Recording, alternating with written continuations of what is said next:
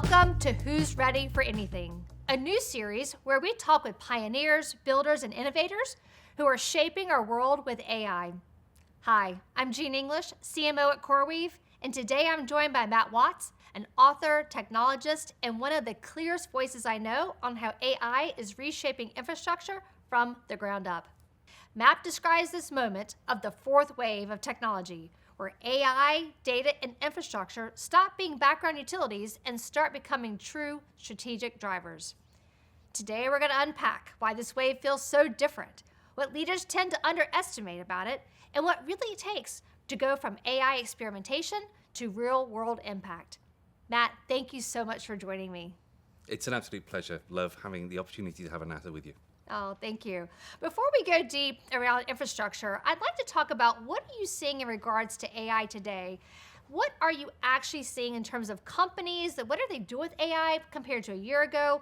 What are they doing well? What are you seeing in terms of AI native tasks, and what are you impressed with? So it's such a huge scope of things that people are now doing, which just, it's so exciting because you're seeing this in play out in real time as to how people are starting to use this and how it's changing roles and organizations. A couple of things that I think have been the most fascinating use cases. I got to sit down with a lady called Sarah de Lagarde a little while ago. Sarah is a double amputee. She had a horrendous incident on the tube train, which meant that she's now been fitted with prosthetics. And these prosthetics are quite intelligent. They're using a lot of software and a lot of technology to enhance the prosthetics, to make it sure that they're doing what she needs them to do. And now they're starting to look at AI. And for me, that combination of biology and technology synthesized by the use of AI to sort of bring that to life, it's so human and so inspirational in the way that it can affect individuals and people personally. And then if I look at organizations, what we're now starting to see is this move from looking at it as a productivity tool or an efficiency tool to now starting to companies to really find out how can we do something different, something new, something exciting with AI. And it's that transition over the last kind of 6, 12, 18 months that I think is going to be challenging, but I think incredibly rewarding as companies really start to find those use cases and the value of it. Well, I think speed is a constant in AI, and new capabilities and services and apps are rolling out every single day. And we're laser focused on giving customers the support that they need to get through those bottlenecks. And that exists when you go from experimentation to production. And so when we think about at CoreWeave, we make very strategic acquisitions like weights and biases to build out the stack. And we think about scaling experimentation, tracking, monitoring. It's over 1 million data points per second. And that's really going to help customers to iterate faster. And one of the things that really fascinates me here, and we have some history around Aston Martin Formula One because we've worked with them together in the past. And I was actually working with a friend of mine, and he deals with the Formula University, which is effectively a group of universities that design their own cars and then bring them to the race courses and then basically race each other for more of pride, I guess, more than anything else. And my friend said to me they're using AI now to help them design the car. And I said to him, what does that look like? And he showed me this picture of effectively the caliper that holds the wheel onto the vehicle. And this thing was like nothing I'd ever seen before. It was something like Geiger had created from the Alien franchise, something that no human would ever design. And that was because they were using AI, and it was coming up with ideas that as humans we would never even think of.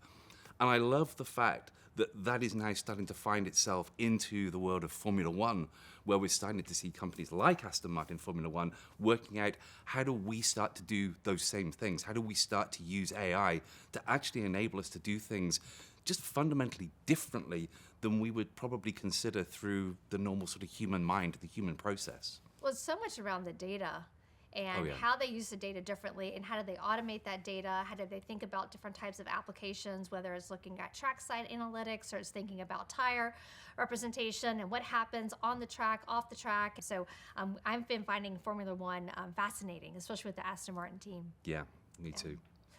So we see how AI is impacting what we just talked about with Formula One. Now let's talk a little bit about the infrastructure behind that. I think technology is changing so fast when we think about AI, and a new chapter is really emerging right now where infrastructure is playing a more active role in turning data into that impact. Tell us about what you're seeing in terms of AI's impact on technology and infrastructure. It's kind of groundbreaking, to be fair. I think over the last few years, although we've seen, a lot of different applications come about, we've largely been able to deal with it through sort of standardization of technologies. If we think about virtualization and even analytics to some degree, whereas AI is breaking those rules. AI is actually saying we have to look at fundamentally different technologies in order to be able to get the results that we need, the results that we want from AI. The idea of GPUs, this is a new world that we're starting to embark on. And I think that's where companies are going to have to think really, really carefully about what their strategy is. A lot of these new technologies for AI are single purpose. They are there to support the AI workload. And companies are going to have to think about, how do we want to go about that? Do we want to tap into an AI cloud, or do we want to try and bring on more of these, and let's be honest about it, fairly expensive specialist pieces of technology in order to be able to solve some of the use cases that they're looking at? Your point on specialization, that decision about being purpose-built for AI really informed every single step of how CoreWeave was built and how we're growing today. Being able to develop solutions with our customers and optimizing, scaling AI workloads is at the center of every single thing that we do. And we took a clean sheet approach to thinking about how to build just for AI. I think that advantage has given us a focus. Matt, you recently published a book, The Fourth Wave, that describes this moment where AI, data, and infrastructure stop being background utilities and start becoming a true strategic driver. Can you tell us more about what inspired this book? It's funny, when I started writing it, it was never intended to be a book. I just started writing content down, and then this whole idea came to me. So I have this expression, which is that we have to manage the ripples and ride the waves, because there is always advances happening in technology, but many of those advances are just ripples. They're things we just have to deal with on a day-to-day basis in order to stay current. But then there are waves, and waves are sort of industry-defining moments where companies, whether you're a company operating within that wave, whether you're a supplier providing technology into that wave, or whether you're a new business that spotted a wave, the waves create multi-billion, if not, in the case of AI, $1 trillion of opportunity. And the book was really around what have these ripples and what have the waves been, and where are we today in terms of AI. And that is different than the waves that have gone before. Now we have to start thinking, yes, we've got to continue to manage the ripples that underpin the existing waves, because they don't go away. But alongside that, we've now got to think fundamentally differently about what is our infrastructure approach to being able to address this new wave of AI that we've never had to really consider before. Yeah, I think it's a removal of some of those layers of abstraction to where, you don't have to have all the things in between if you think about what's required for infrastructure and to be able to really run these AI workloads, and the peak of the pace and the performance of what's happening, the amount of data that's coming through, the ability to do reasoning and deep learning, and then being able to do training and inference. All those things are so fundamentally different today than the clouds of the past. And I think right now leaders have to be ready for anything. So when we talk to them, we understand that there is a shift that's occurring. What do you think is underestimated with that shift? We still have quite a siloed approach in terms of how we deal with data within organizations. A really good example of this is I have a credit card account and a checkings account with the same bank. If I look at the name on the back of my credit card, it's Mr. Matthew T.J. Watts. If I look at the name on the back of my debit card, it's Mr. Matthew Watts. And you think, for two different types of account inside the same organization, it's clearly feeding off siloed sets of data. That's a huge problem when it comes to AI, because the way that companies will maximize the value of AI is not having silos, is being able to have AIs that have access to all of the data that they need to be able to access to come up with the best outcomes from it. That's a security challenge, it's a governance challenge. So companies are going to have to start to really rethink how they organize themselves to not get in the way of AI. It's a personalization challenge as well. I imagine you have a preference for what you want to be called, whether it's your credit card or your debit card, and not that a bank has to put down exactly what it is for you to have that preference. So it's fascinating. I think this shift of this wave it's a big one, and it feels really different. I think the clouds of the past promised simplicity, but there's a lot of complexity in managing AI workloads efficiently. I think we made it easy by we introduced mission control, which is basically the industry's first operating standard for running AI and to make sure you deliver reliability and transparency and actionable insights. So mission control has been a huge differentiator for CoreWeave, and it's been something that our partners have highly recognized as being able to be the most peak of pace and performance that delivers the outcomes that our customers are seeking. When you look at this thing, you talked about like specialization, but when you think about the gap between general purpose for cloud offerings and AI and specialization, what do you think is the big gap, and what's the difference you're seeing? So I think people want, I don't want to call it standardization. I think that's maybe not the right word, but they want some level of consistency. And I think if you look at the different cloud providers, they all have great offerings, great services, but they have a huge spectrum of them. So, you have to be a specialist in each one of those clouds, which requires a huge amount of skills. And it also requires you to think very, very carefully about how do you get the data to where it needs to be if you're using across multiple environments. I think that's where CoreWeave has this real opportunity to differentiate itself. It's, well, what if you could use any cloud? What if you're able to tap into any of the large language models, whether it's Claude, whether it's ChatGPT, whatever it might be, to be able to do the things that you need to be able to do?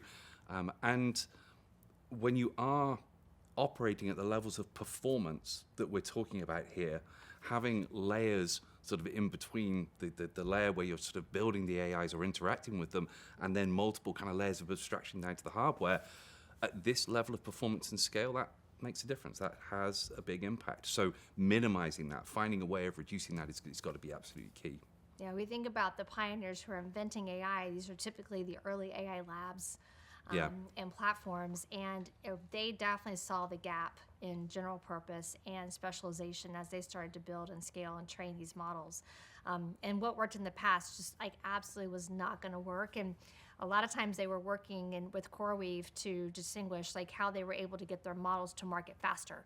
And that became a big differentiator. And whether it was training or inference, but the big differentiation was they had to address the gap, and they needed the pace to be able to keep up and stay ahead in a very, very competitive market. And I think that's been the big evolution of cloud. There are smaller clouds that offer services and compute, and then there's the traditional hyperscalers that are building out, somewhat AI-specific solutions. And then I think we're really a one of one. We have the specialization and we have the scale, and that's where CoreWeave really has this, really dynamic space in this market to really help customers in a very specialized way. So, the question becomes, is it AI enabled or is it AI native? What's your perspective on the two? I think there's several ways you can look at this, and I'll look at it from a kind of speed, skills, and scale point of view, which I think companies are after all three of those things right now. And we're moving into a world where we're seeing significant constraints around the supply chain. That is going to have an impact on speed, and it's going to have an impact on scale. So as companies start thinking about, what is our AI strategy going forward, you have to take into account that if you need to move quickly and do something quickly, there are added headwinds against you right now. I read literally the other day that by weight, an 8 terabyte solid state drive is now more expensive than gold, which just goes to show that sort of that dichotomy that we've got. And that will, of course, impact scale as well. If you do start to do something and you've chosen that you're going to build it for yourself, can you get what you need and can you scale it quickly enough? And then it brings you to skills. The skills are under as much constraint as the technology right now. So for me, I think when you start to look at those three perspectives, it becomes, I think, increasingly obvious that for many organizations, an AI cloud is probably going to be their most effective strategy. Yeah, there's the premise that we've always known, multi-cloud, hybrid cloud, Yep. and the multi-cloud is CoreWeave. When it comes to AI, I do think that that's what we were built for. We were built for this moment. And when it comes to AI workloads, an integrated stack that's just focused on AI has really gotten our customers the efficiency and reliability from their investment. We like to call it the 3 Ps: pace, performance, and partnership. You hit on skills. I think skills is one of the main areas that our clients look to us for. We basically have the humility to know we don't have all the answers, but we like to solve the absolute toughest problems. And I think that the skills in order to do that are ones that get harnessed over time, and they're definitely ones that have to tackle each challenge as it comes up. So, an example. So we have right now working with Woven by Toyota. It's automated driving, advanced software development, experimenting and tracking. It's 10 times faster and more scalable, running on CoreWeave, reducing training times from 20 months to 2 months. So when you talk about speed, that's just one example of one of our customers we're seeing where speed really matters. And in a very competitive market, they needed to get a lot tighter with experimentation and get to market and iterate AI faster for sure. What I really like about this discussion, and this was actually something I put on LinkedIn a little while ago, I think AI has a bit of a storytelling problem at the moment. And when I think about some of the stories that are coming out, there was a recent one, and I know you and I've talked about it before, which was, how do you turn a photograph of yourself into an 80s photograph of yourself? I think that's part of the problem we've got with AI at the moment, is that people are looking at, well, what can it do for us? What are the stories? What are those real things that AI is solving? Really unique and fundamental challenges or issues. What are the big opportunities that it's creating? And I think we're struggling, as a lot of organizations, to really tell those stories and what those stories are, which is why, you're talking about Toyota, when we talked about Aston Martin, suddenly that becomes very, very real. Because, if you are a automotive guy, I'm a big car guy, that connects to me, and it's the bigger picture of what's really happening.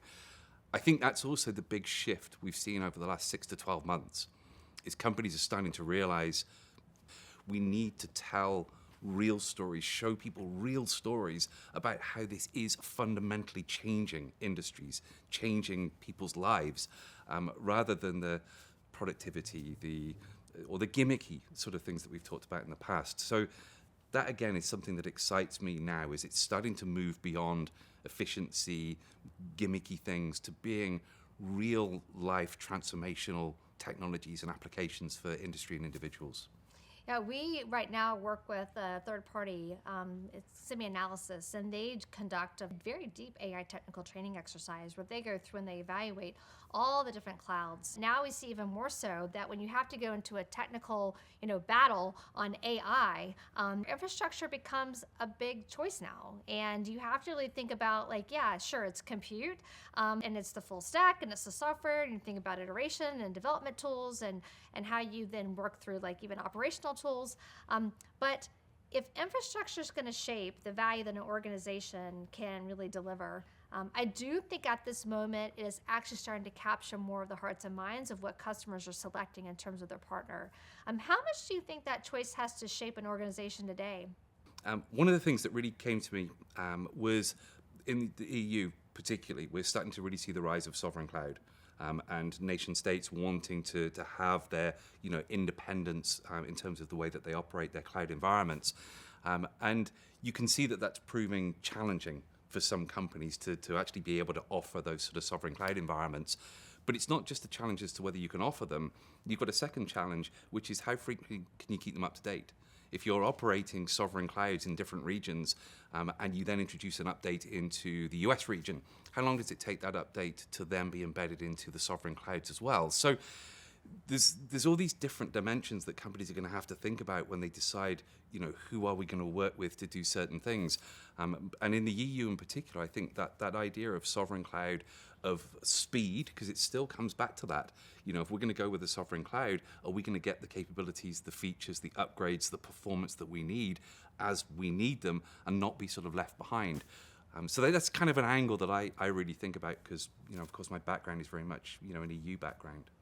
Well, absolutely. Infrastructure choice is, that decision's a big one. How do infrastructure choices shape how much value an organization can actually capture from this moment?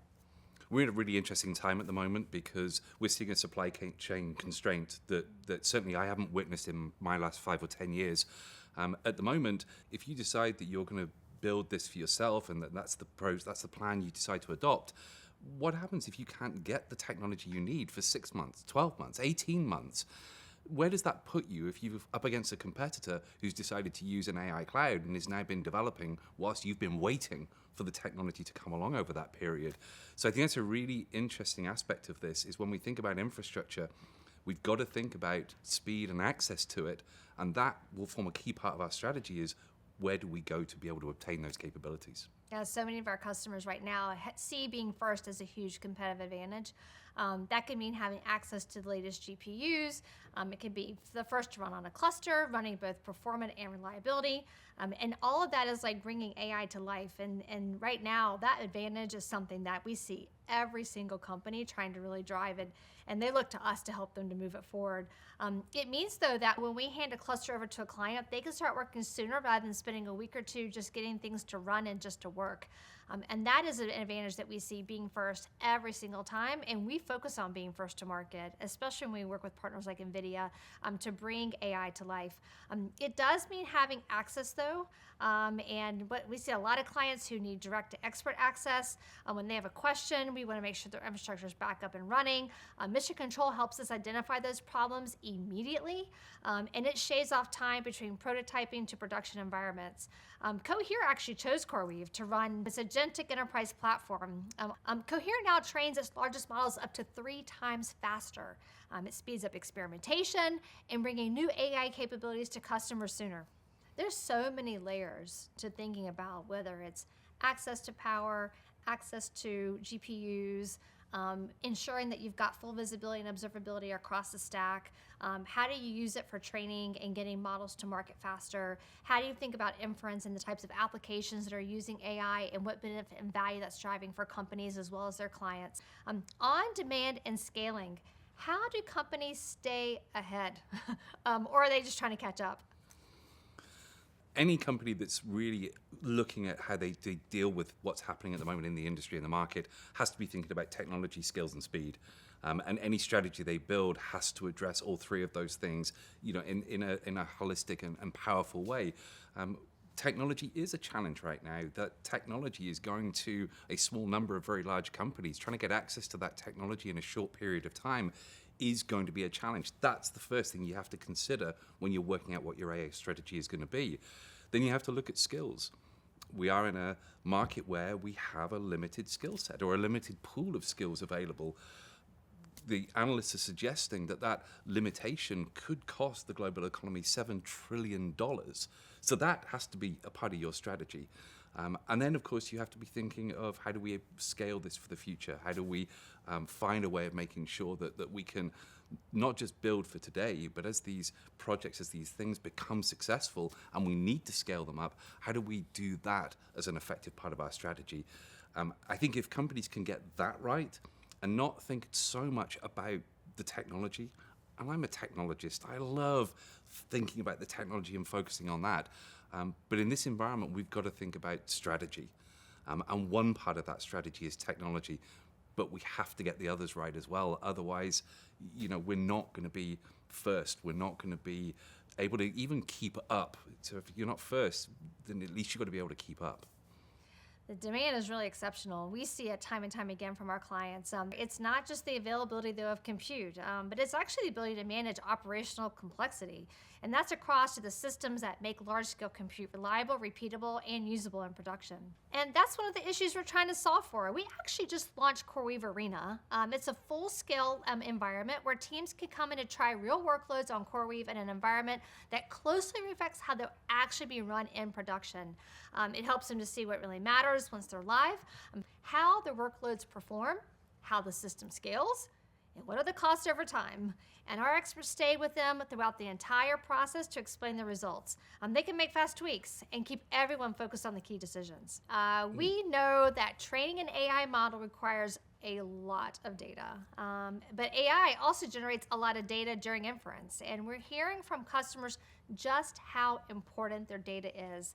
But that also that data can be a bottleneck for them accelerating progress. And the data doesn't have to be in just one place. When you think about is there data gravity? Is there issues with data moving? Is data becoming a barrier in terms of where the location is? I think one program we just put into place is a zero egress motion, and basically what that is making sure that it doesn't cost any money to move your data from cloud to cloud. But data, is like one of the most important things. So where do you see data actually becoming a bottleneck? Is it storage? Is it movement? Is it gravity? Is it the ability to act on it fast enough? It's all of the above. I think it's quite simple. The amount of data that's being created in the world today is just exploding. We have never seen the quantities of data being created right now than, at any point if we look back through history. Partly to do with AI, probably predominantly to do with AI, but for various reasons, we are sitting on an exploding quantity of data. So that's a challenge. How do we deal with quantity? How do we move it so that it's where it needs to be for us to be able to do the things that we need to do with it? As we've talked about before, different clouds will offer different capabilities, different large language models that you will want to tap into to be able to kind of extract the most value out of that data. How do we deal with security? And making sure that as data goes to where it needs to go, that we are ensuring that we're not losing any security. That's a wide blast radius when you start moving your data to different locations. We've got governance. Are we compromising the ability, or not even the ability, are we compromising the security, the inherent personal information or company information that's inside that data? So it's so many different things right now, but it's got to be right because it's the foundation for everything. If we haven't got that foundation for data right with the growth, with the security, with the governance, with all of those things, then AI is not going to be as successful as you need it to be. So this is really also about efficiency. And as we scale AI and the demands of the infrastructure continue to rise, how do we make it more efficient? And what should leaders really be asking about in terms of efficiency? I love that from a data perspective because, I'll just give you one simple stat. About 68% of the data that we store is never ever used again after it's been created. It's a giant landfill of garbage that we just sit on. Because we used to call that cold storage, but yes. Yes, cold storage, landfill of garbage, yes. But I think there's a huge opportunity there. A lot of the times we've been trying to work out how do we store more on less. But the reality is that what we're storing is actually a much greater opportunity.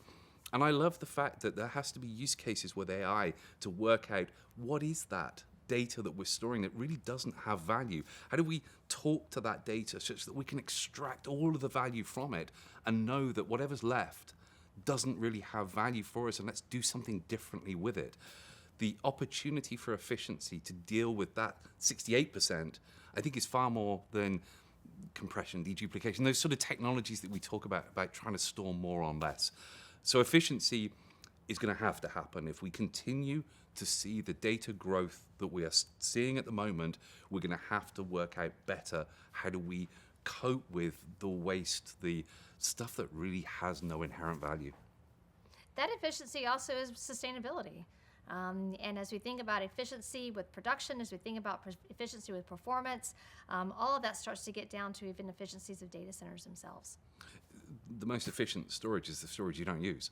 So, we can look at sustainability, power consumption, however you want to cut it. If companies want to save money, want to be more sustainable, then I think looking at that waste has far more potential than trying to sort of squeeze a little bit more performance or a little bit more capacity out of the things you've currently got. Yeah, in fact, most people don't know that CoreWeave actually just launched an object storage solution. And, what's the greatest benefit is that, one, we have a zero egress. So, bringing data over, there's no charge for that. Once you get the data over, a tiering system that allows for us to truly understand what's hot, warm, cold, what's used, not used. And we price it based on what's actually being used and what's going to go into an AI workload and performance. And because of the way that we're so efficient with how we run our data centers, we use like a fraction of the data center environment to run exactly what would be needed for an AI workload. But that's the kind of efficiency I think that people are looking for now. And is that something that can lean itself more into making things more sustainable and making things more incredible and making things more efficient? And then even in local communities, how that can have an impact on not having these large like data center farms, but actually much smaller scale data centers that serve the needs of what AI really demands. And there's so many interesting points about that. I think from a CoreWeave perspective, clearly what you do is more efficient than 100 different companies sort of trying to build it and develop it for themselves. But I love the second part of what you say there, because certainly in the UK we're seeing this a lot, is companies looking to build much smaller data centers and then using the heat that's generated to do something with. So we've actually got data centers being built next to swimming pools, and they're using the heat that's coming out of the data centers to heat the water inside the swimming pools. So actually you're creating almost a negative power PUE ratio, because we're doing a proper kind of reuse. So there's some fascinating things in that kind of area that, if you're running a little data center in the middle of nowhere because that's where your corporate headquarters is, there's not much you can do with that. It's probably not the most efficient, and there's no way of kind of creating some reuse. I think that's a fascinating area for the future that people can start to look at when we need to think about this volume of power. That just excites me. Yeah, it excites me too. I mean, with what we see and the skills that are needed to build out the AI infrastructure, I can't imagine every company trying to do that on their own. It is actually like so hard to do this build out, and whether it's securing the power or it's knowing how to think about like the hardware, software, services componentry of it, the talent that's needed to help customers really be able to get the most impact from the system, and trying to have a customer do that on their own, it's just not what they're built for. I mean, they need to focus on the AI workload and application. They need to focus on the model that they're training. They don't need to worry about the infrastructure in the background. Like, that's where we come in. That's the value add that we provide, and that's why our partnership has been so strong to date with our customers. Yeah. Well, Matt, I want to say thank you so much for joining us. We've known each other for a long time. Tell us about where people can go to learn more about you and your work, so everyone can know how to get access to you as well. So I think I'm most active on LinkedIn. I tend to try and have a bit of a constant drumbeat of things going out, just thoughts that are in my head or things that I've been doing. So LinkedIn is definitely the place to connect with me or to catch up with me and find out what myself and 6 Words are up to. Oh, amazing. Well, Matt, thank you again. It was a great look into what we really are seeing in this next wave. AI is moving fast, but the organizations that succeed will be the ones that treat infrastructure as a strategic foundation, not an afterthought. You can find more resources below on how CoreWeave supports AI infrastructure. We are ready for anything. We are ready for AI. Thank you for watching.